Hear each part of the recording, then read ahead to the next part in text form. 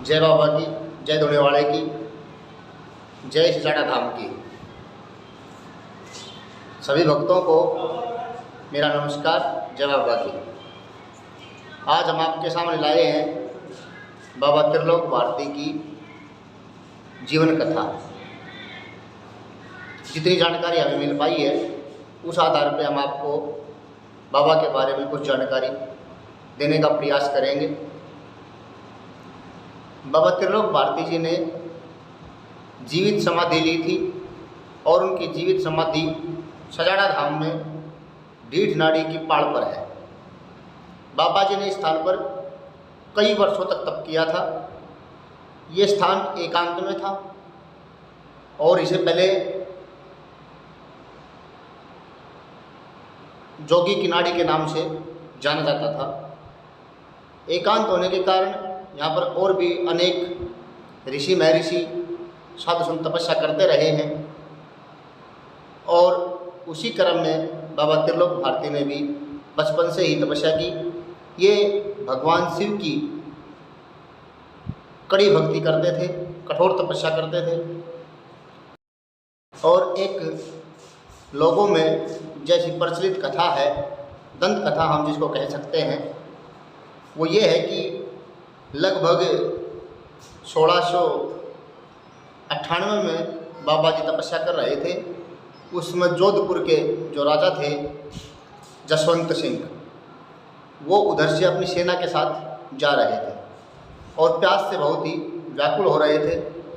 उनके सैनिकों को भी प्यास लगी हुई थी और पीने के लिए पानी नहीं मिल रहा था। जब पानी की तलाश करते करते ढीठ नाड़ी की पहाड़ पर पहुँचे उनके सैनिक, तो बाबा जी तपस्या में लीन थे। वो बाबा जी के पास आए और विनती करने लगे कि बाबा जी हमें प्यास लगी है और पीने के लिए पानी नहीं है। तो बाबा जी ने कहा कि मेरे पास दूसरा तो पानी नहीं है, एक कमंडल है, आप इसमें से ही पानी पी लीजिए, लेकिन इसको उल्टा मत करना। उस एक कमंडल के पानी से ही पूरी सेना ने पानी पी लिया। सभी सैनिक तृप्त हो गए, लेकिन वो पानी समाप्त नहीं हुआ। बाबा का चमत्कार देखकर सैनिकों ने कहा कि बाबा हमारे घोड़े भी प्यासे हैं, अगर आपकी कृपा हो तो उनकी भी प्यास बुझ सकती है। इस पर बाबा जी ने कहा कि तालाब पीछे है, उसके अंदर चले जाओ और उसमें 2 ईंट उखाड़ लेना। यानी कि तालाब के अंदर ईंटें जमाई हुई थी, पक्का तालाब था। बाबा जी ने कहा कि उसमें से 2 ईंट उखाड़ लेना और पीछे मुड़कर मत देखना। सैनिकों ने ऐसा ही किया, सारे घोड़ों को पानी पिला लिया, लेकिन पानी समाप्त नहीं हुआ, अथाह पानी वहाँ से निकलता रहा। बाद में सैनिक महाराजा रणजीत सिंह के पास पहुँचे। रणजीत सिंह नहीं, जसवंत सिंह जी के। बाद में जसवंत सिंह जी, सभी सैनिक जसवंत सिंह जी के पास पहुँचे और बाबा के चमत्कार के बारे में उनको बताया। तो जो जोधपुर के नरेश थे जसवंत सिंह, वो उनके पास गए और बाबा को प्रणाम करके उनके चरणों में साष्टांग प्रणाम किया और हाथ जोड़े कहने लगे कि मैं आपके चमत्कार से अचंभित हूँ, हैरान हूँ और आपकी कुछ सेवा करना चाहता हूँ।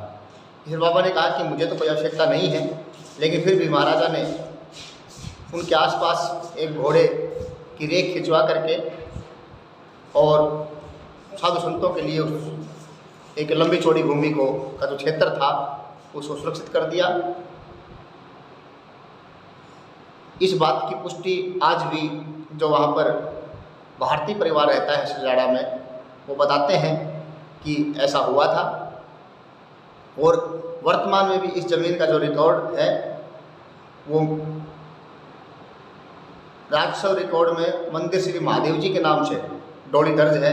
वह काष्ठ कब्जा दंत कथा अनुसार इनमें से किसी एक साधु ने गृहस्थ धर्म अपना लिया। उन्हीं के वंशज भारतीय स्वामी सजाड़ा में निवास करते हैं।